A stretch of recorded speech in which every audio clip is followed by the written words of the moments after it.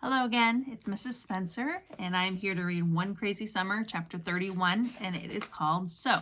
We're on page 200. Although the rally was still going strong, Vanetta, Fern, and I couldn't get down into the crowd fast enough once we had spotted Cecile. We weren't the hugging type, but we were all happy. We were happy Cecile had been released from jail and happy she was there to see us on stage reciting I Birthed a Nation. Thanks to Vonica, now people called Cecile's poem I Birthed a Black Nation. I had braced myself for her crazy anger at us for disturbing her poem, like we disturbed her quiet, but she didn't mention one word about all the black we'd thrown into her poem. In fact, Cecile just seemed different after having been locked up. She even limited her disguise to her big shades. She was feeling so good in a way that I think only I could make out. She even gave us compliments. Vonetta had hers at my expense. Cecile said, "See that, Delphine?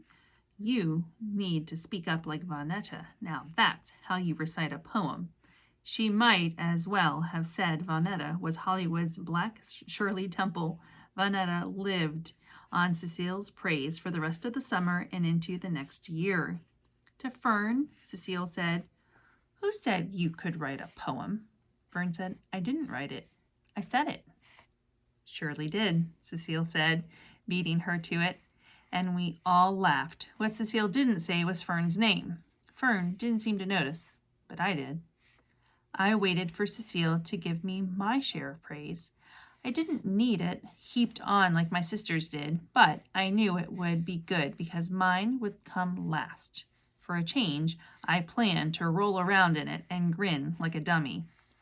But then some of the organizers of the rally swarmed Sister Nazilla and Little Nazilla. They fussed over Fern, telling her how brave and clever she was. The organizers had also made time for Nazilla to speak of her unjust arrest. But Cecile waved her opportunity away. "Y'all, I heard my daughters," she said, more tired than proud. "They said it all for me." Vonetta, Fern, and I hugged Sister Mukumbu and Sister Pat and told them we had a great time at the People's Center summer camp. They praised our work, praised Fern's bravery, Vonetta's loud, strong voice, and my being a leader and a helper.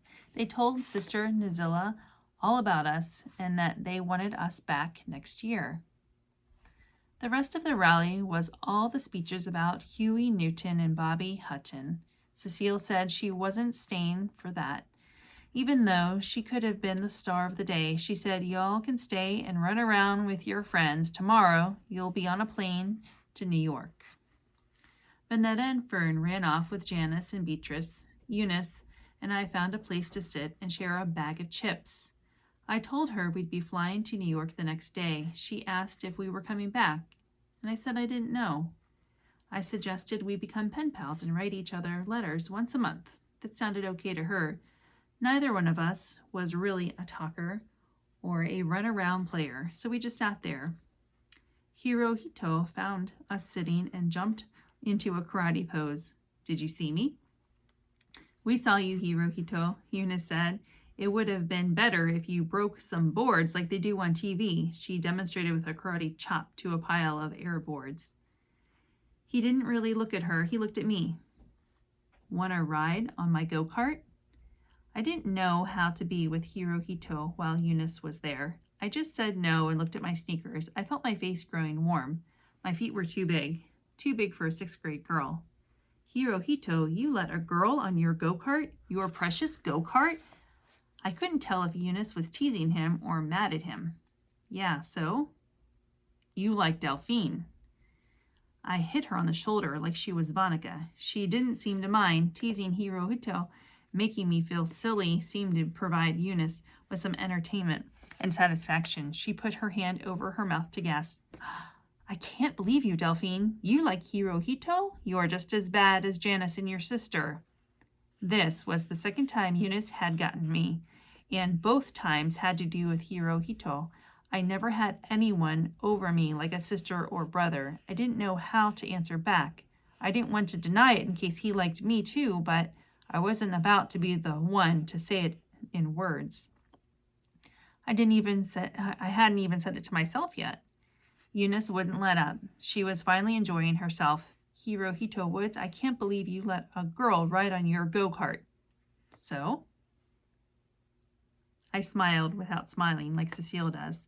Besides, he could have said, I don't like her, or she's too tall, or she's too plain. He could have said what all the other boys in my class said.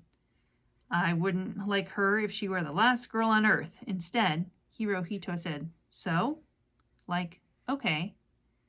Like it was okay to like Delphine. I said it too. So?